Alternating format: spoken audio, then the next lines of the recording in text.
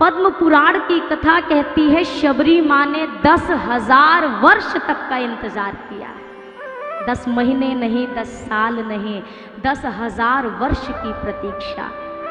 ये शबरी मैया है। शबरी जी कहते पूर्व जन्म में ये एक रानी थी और संगम पे राजा के साथ, स्वामी के साथ, पूरे दल बल सेना के सहित ये तीर्थ के लिए पहुंचे।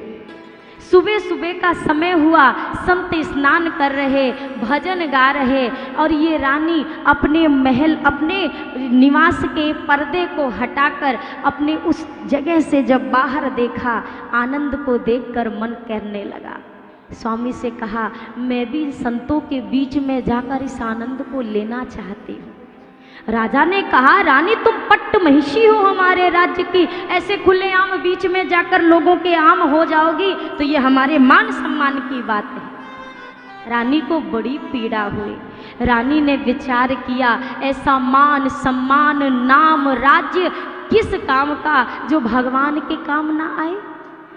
ठाकुर जी से वहीं पर तीर्थ के किनारे हाथ जोड़कर स्तुति करके, प्रार्थना करके कहा, प्रभु मुझे अगले जन्म में चाहे छोटे से छोटे वर्ण में जन्म दे देना, चाहे मुझे कितना भी अधम से अधम बना देना, पर बस इतनी कृपा करना, उस जन्म में मेरी आपसे ऐसी दूरी ना रहे जो इस जन्म में सहनी पड़ रही है।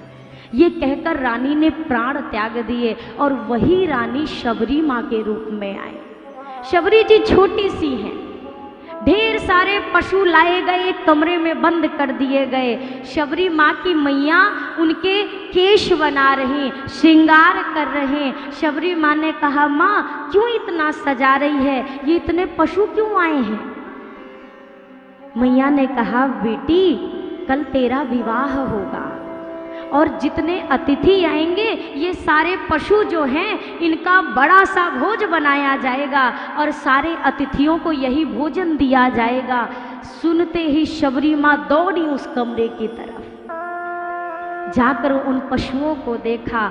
अर्धरात्रि की जैसे बेला हुई, चुपचाप किवाड़ खोला, सारे पशुओं को भगा दिया और खुद भी घर से भाग गई, निकल गई घर से। आगे पहुंची, सोच नहीं क्या करूं, कहाँ जाऊं। पिता के यहाँ जाने का मेरा भाव नहीं है और किसी संत की कुटिया में रुक सकूं ऐसा मेरा भाग्य नहीं है, क्योंकि मैं जिस जाति से हूँ लोग मुझे स्वीकार नहीं करेंगे। अब क्या करती, चोरी चुपके ऋषियों की सेवा कर जाती, कहीं लकड़ी काट कर रख जाएं, कहीं झाड़ू बहारू करके रख जाएं, यही सेवा चलती थी। एक दिन ऋषियों ने पकड़ लिया, मतंग ऋषि के सामने जाकर हाजिर किया। मतंग ऋषि ने जब बात सुनी, मतंग ऋषि ने कहा, बेटी आज से तू मेरे साथ रहेगी।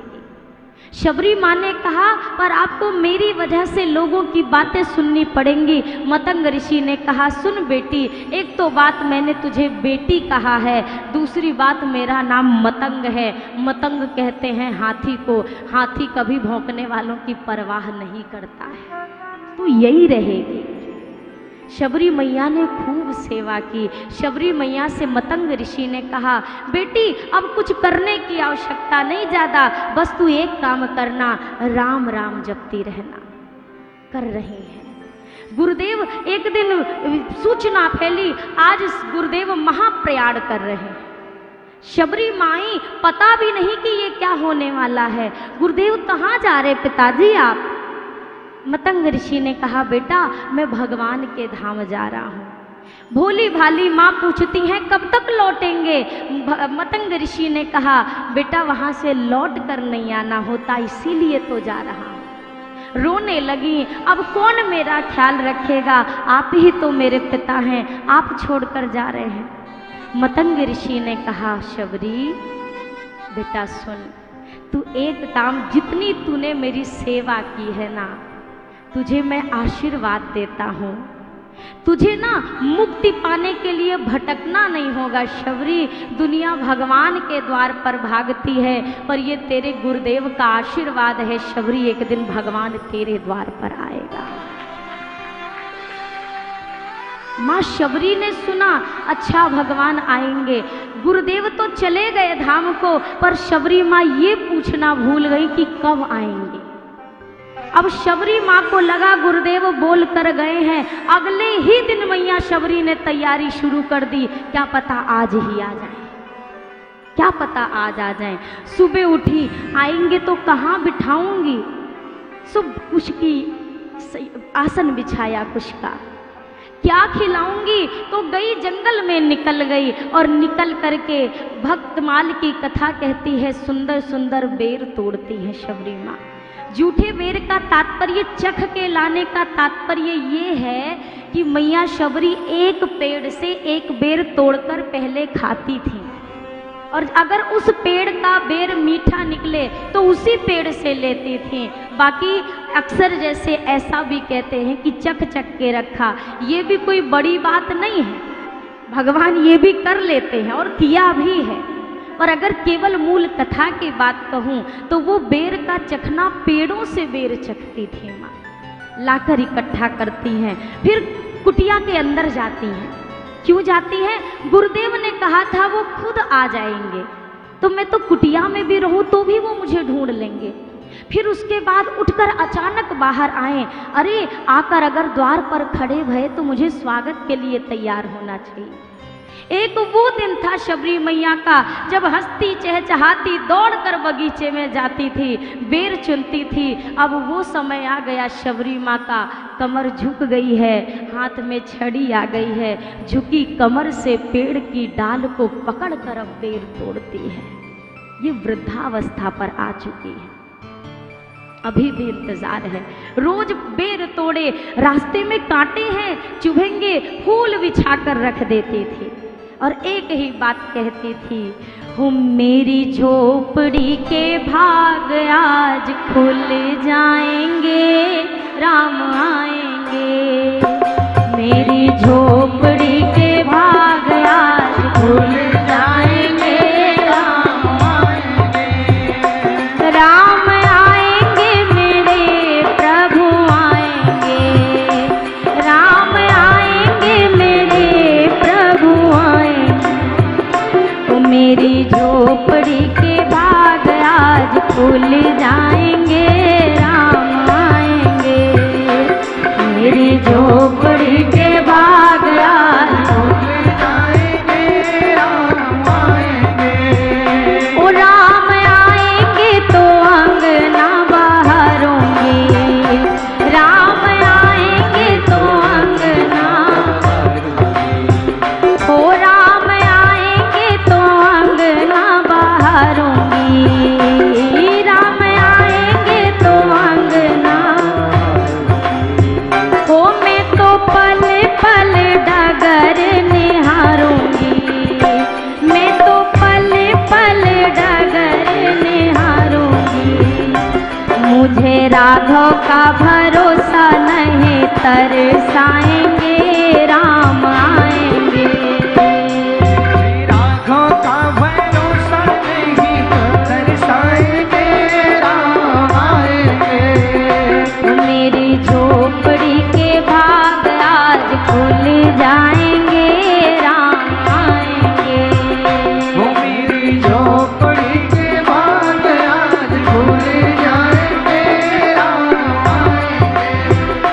मैं तो रुचि रुचि भोग लगाऊंगी, मैं तो रुचि रुचि भोग लगाऊं, मैं तो रुचि रुचि भोग लगाऊंगी। मैं तो रुचि रुचि भोग लगाऊंगी। ओ मीठे मीठे बेर राघव को खिलाऊंगी, ओ मीठे मीठे बेर राघव को खिलाऊंगी। ओ मीठे मीठे बेर राघव को खिलाऊंगी, मीठे मेरे राघव को खिलाऊंगी। ओ मेरे जन्मों के पाप सारे कट जाएंगे, राम आएंगे। मेरे जन्मों के पाप सारे कट जाएंगे, राम आएंगे। ओ मेरी झोपड़ी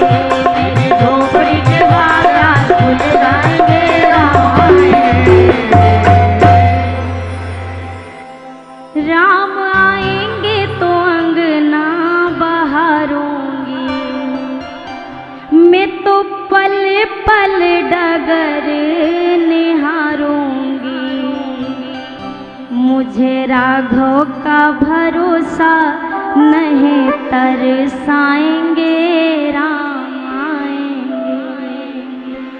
वही एक बात। और कहते हैं जो सांवले को सदा ढूंढता है फिर एक दिन उसे सांवला ढूंढता है। जिसे ढूंढने का अमल पड़ चुका है वो उस ढूंढने में मजा ढूंढता है।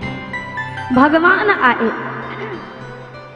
राघव जी आ रहे हैं। मैया शबरी ने पूछा था दिखते कैसे होंगे, नहीं पता, भगवान को कभी देखा नहीं, पहचान बता दो गुरुदेव। कहा था शबरी एक श्याम एक गौर वनवास में हैं, शीश पर मुकुट की जटाएं होंगी, जटाओं का मुकुट धारण किया होगा और कमल के समान विशाल नेत्र होंगे, अजान बाहु उनकी भुजाएं होंगी।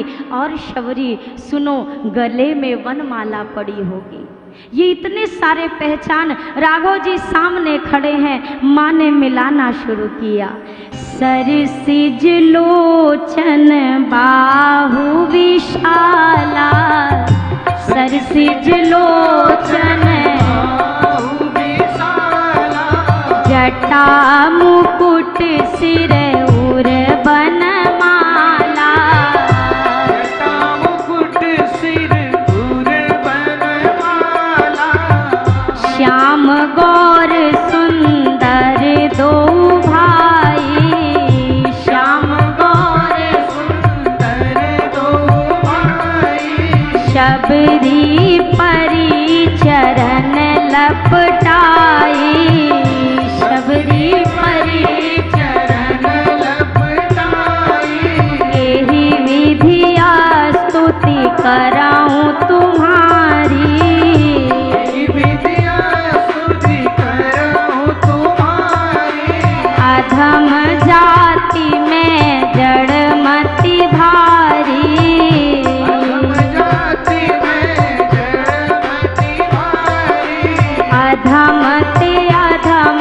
अधम अति नारी, अधम ते अधम अधम अति नारी, तीन माह में मति मंद आघारी, दिन मग में मति मंद आधारी, कह रघुपति सुनु भामिनी बाता, रघुपति सुनु भामिनी बाता, मानौ एक भगति करनाता, एक भगति करनाता, जाति पाति कुल धर्म बढ़ाई, जाति पाति कुल धर्म बढ़ाई, धन बल परिजन गुण चतुराई, धन बल परिजन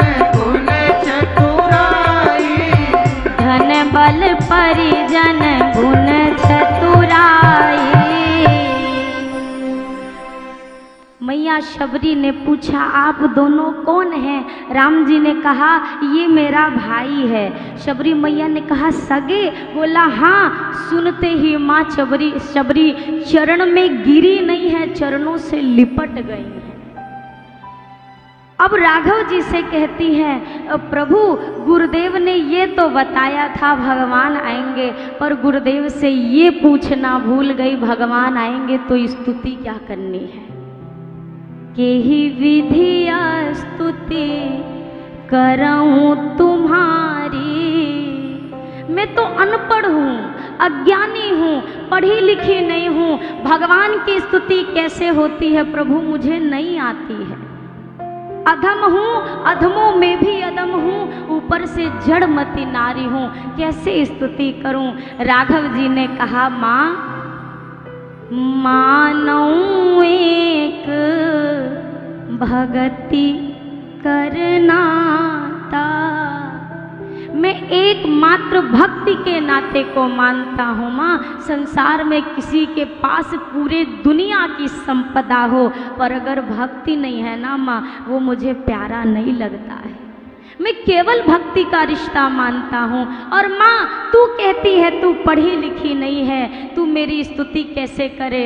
ओ माँ सुन, तू नहीं पढ़ी है पर तेरा राम तो पढ़ा है। आज शबरी माँ राम की स्तुति नहीं करेगी, आज तेरा राम अपनी शबरी मैया की स्तुति करेगा।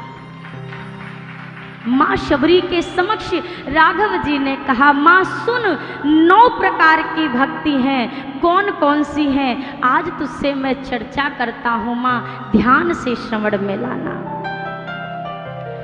प्रथम भगति संतन कर संगा, प्रथम भगति संतन कर संगा, दूसरी रति मम कथा प्रसंगा, दूसरी रति मम कथा प्रसंगा, गुरुपद पंकज सेवा, तीसरी भक्ति अमान, चौथी भक्ति मम गुण गना, करई कपट तजगान, मंत्र जाप मम दृढ़ विश्वासा, मंत्र जाप मम दृढ़ विश्वासा, पंचम भजन सोवेद प्रकाशा, पंचम भजन सोवेद प्रकाशा, हट दम शील विरति बहु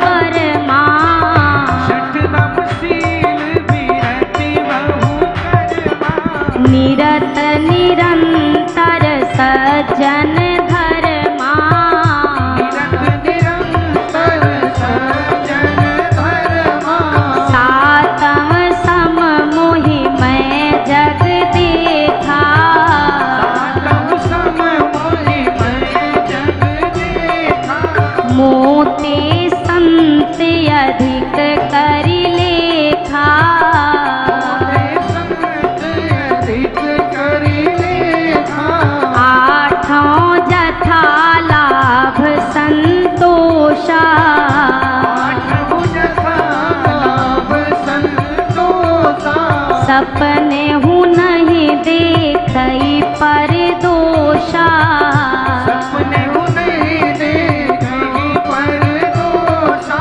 नवम सरल सब सन छलहीना, नवम सरल सब सन छलहीना, मम भरोस ही हर्ष न दीना, मम भरोस ही हर्ष न दीना, नौ महु एकहु जिनके होई, नौ मह एक जिनके होई, नारी पुरुष सचराचर कोई, नारी पुरुष सचराचर कोई, सोई अतिशय प्रिय भामिनी मोरे, सोई अतिशय प्रिय भामिनी मोरे, सकल प्रकार भगति दृढ़ तोरे, सकल प्रकार भगति दृढ़।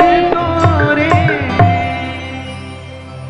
ये राघव जी की वो 9 भक्तियां हैं जिनका वर्णन स्वयं ठाकुर जी ने अपने मुखारबिंद से किया।